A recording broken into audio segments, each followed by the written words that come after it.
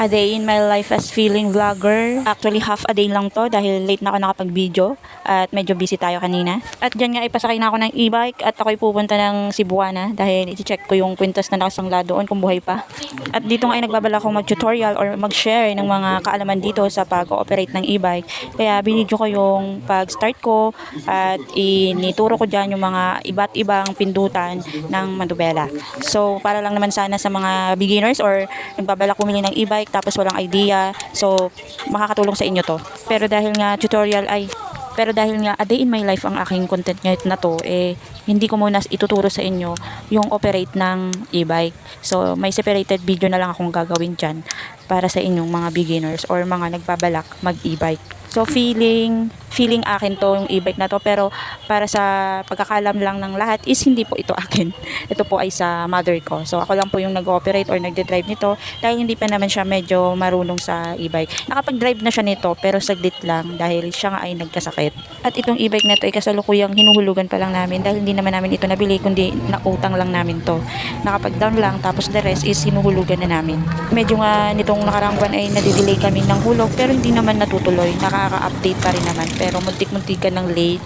So, ginagawa na lang ng paraan para maging updated. So, andito na nga tayo sa Cebuana Naik or other branch ng Cebuana dahil sa Naik meron dalawang Cebuana, meron Cebuana sa bayan at meron Cebuana dito sa may tapat ng Shell. So, yung kwintas na pupuntahan ko dito ay kaisa-isang naipundar ko sa pagkakampany ko or pag-work ko sa dating pinagtrabahuan ko, which is ang JAE Philippines or JE Philippines. Pwede malaman kung magkano na yung tubo nito pag tinubos.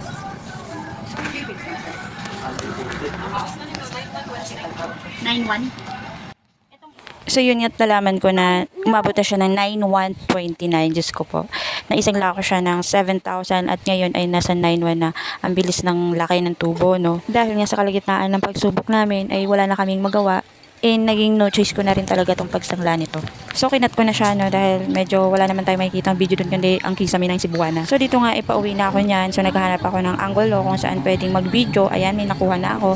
So, ayan na yan, pauwi na sa amin. Daan papunta sa bahay. Kaya, nakapag-video ako dyan dahil wala naman masyadong sasakyan. Pero, pag may nakita akong may dadaan na ulit, is binababa ko na ulit yung cellphone ko. So, ito na yung papunta sa bahay, no? Medyo nasa kabukiran tayo or kagubatan. Medyo half province, half city kasi itong Naik. So, dahil gabi na tayo nakapag-video ulit at eto na tayo, nagluluto na. Ang lulutuin ko po ngayon ay sotanghon na may sardinas. So, dahil paulit-ulit na lang tayo sa isda, manok, baboy. So, dito naman tayo sa sardinas pero isda pa rin. Pero iba naman yung lasa kasi sa isda, madalas kami prito, paksiw, sabaw, ganun.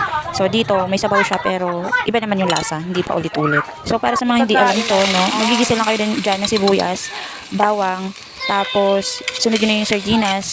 Tapos, after ng sardinas, pag medyo nagisa-gisa nyo na yun, ilagyan nyo na ng sabaw. Siyempre, ako talaga sa sotanghon nahihirapan dahil pag nilagyan ko ng konting sabaw pala, naiiga yun.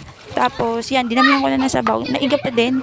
So, hindi ko na alam. Kailangan pala ata puno yung kawali dyan. So, para sa mga nagbabalak magluto nito, no, ang diskarte dyan pala, ibabad mo na ng maaga siguro yung, yung sotanghon. Kumbaga, ilagay mo na agad habang kasabay nung sardinas para lumambot na siya at sumipsip na ng tubig. Tapos, para pag nilagyan mo na siya ng sabaw, hindi na magsisip ulit. Ganun ba ata? Basta, hindi ko na alam.